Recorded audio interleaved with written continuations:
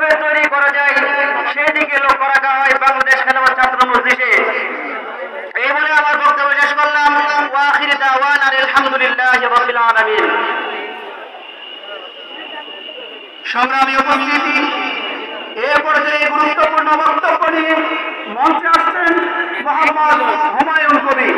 মোহাম্মদ হুমায়ুন কবির, সভাপতি বাংলাদেশ খেলাফত ছাত্র মজলিস, ময়মনসিংহ দক্ষিণ জেলা শাখা। আসসালামু আলাইকুম ওয়া রাহমাতুল্লাহি ওয়া বারাকাতুহু। নাহমাদুল্লাহ তাআলা ওয়া নুসাল্লি আলা রাসূলিহিল কারীম, আম্মা বা'দ।